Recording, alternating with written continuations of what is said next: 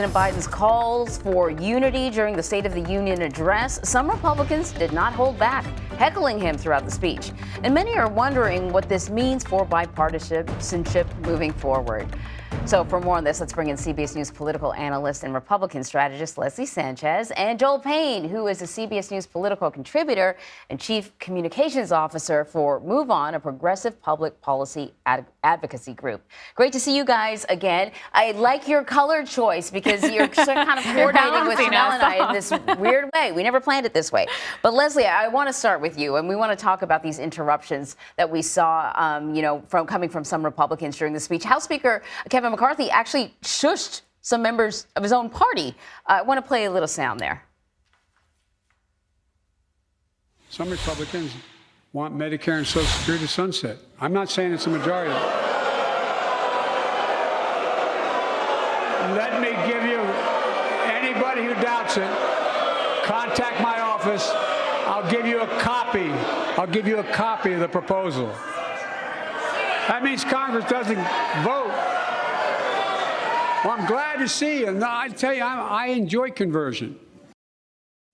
I enjoy conversion. So that was a particularly interesting sort of portion of the speech because it almost looked like the president was kind of throwing it out there in order to almost get heckled and then bait. kind of used it to his benefit.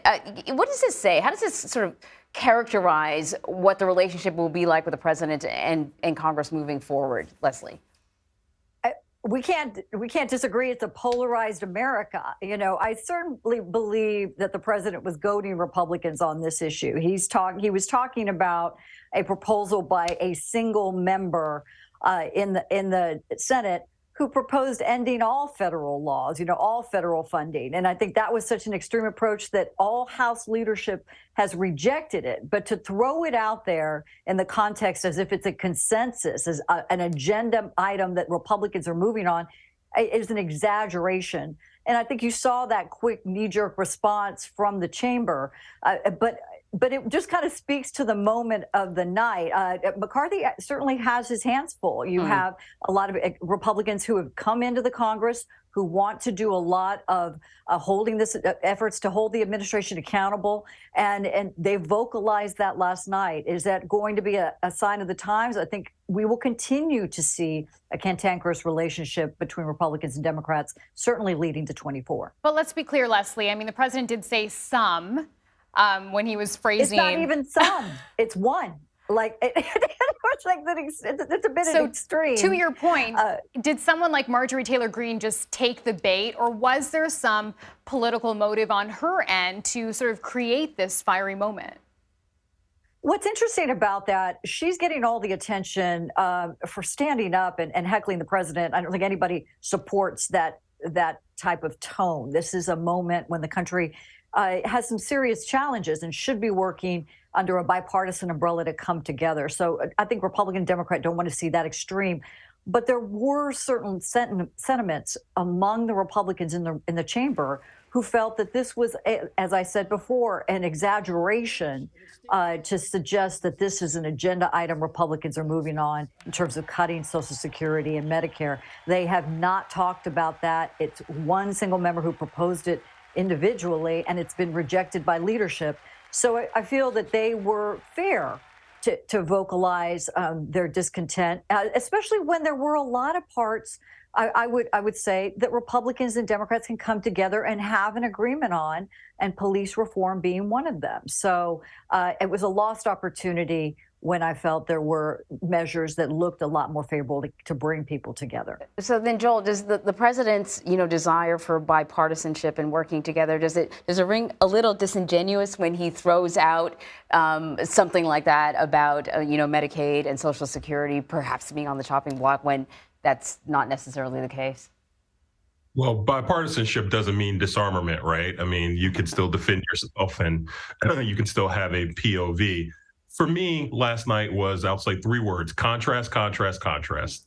Okay. You've got Joe Biden offering a pretty bold, in-your-face defense of Bidenism, from bringing the country back from COVID, creating jobs, a pretty progressive agenda, more progressive than I think even a lot of his supporters thought the type of president he would be, he ended up being, right? So a pretty bold defense and a bold playbook going forward. And you have these eruptions in the crowd. You have a president who has just a lot of credibility with the American people as being someone who is a deal maker, who's a uniter, who's bipartisan.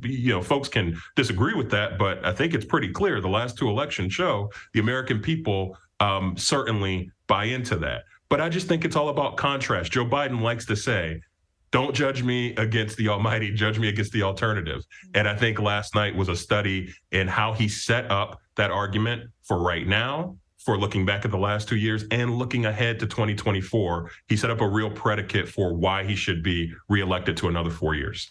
Leslie, let's bring you back and get your thoughts on the GOP response last night. We heard from Governor Sarah Huckabee Sanders. She ended her speech by talking about this story about the former president. And notably, she did not mention his name. Can you explain why? Was there a strategy there? Sure. Why do you want to throw the Trump balloon right in the middle of this, bipartisan night? Republicans are turning the page in terms of how they see the face of the party, the message of the party, and the direction of the party. And while there are tones and elements, I would argue, that were very similar to the legislative agenda of the former president, this is somebody who wants to stand on their own. So I felt very much it was a storytelling type of speech: faith, family, freedom, and many notes that Republicans are going to respond to in a very favorable way. She was very dynamic in laying out her personal testament and why she sees this as a contrast, the Republican agenda, to what they heard with the Biden effort. And, she did make a strong point that the Democratic Party has been hijacked by this woke extreme left. And that was the contrast to Joel's point that she's talking about, that it's even a branch, an olive branch, I would say, to a lot of disgruntled Democrats who feel that the party has left them. But so Leslie, it's a wait and see to see how effective it will be. Turning the page, olive branch, I think using phrases like a woke fantasy or a woke mob, to me, the speech sounded an awful lot like a MAGA speech, but without Donald Trump. And, she, at the end there, sort of suggests that it is time for the Republican Party, fresh blood for the Republican Party, and suggesting that President Biden may be too old is also suggesting that Donald Trump may be too old, too, because they're in the same age group. But it sounded very much like, to me, a speech that Donald Trump could have made. For me, I think that, like I said, there were a lot of notes that were very similar. When you're talking, one thing in the contrast, she's talking about parental rights. When she was talking about that woke culture, allowing parents to make those efforts, she's talking a lot about the personal, not limiting personal freedoms, which was a contrast to the Biden administration locking everything down, requiring masks, vaccinations for the military. When you see that on the state level, for example, like Florida, that removed a lot of those personal limitations, that you saw a robust economy and a quicker recovery. That's going to be how this debate is lined up. So for individuals who are looking for that kind of contrast, specifically about allowing the individual to choose what alternative is best for them, and a focus on the economy, pocketbook issues, wrangling in, the skyrocketing inflation, I think she's making a very strong point and a fair argument a lot of people are going to listen to. Okay, I want to keep chatting, but we can't. We're out of time.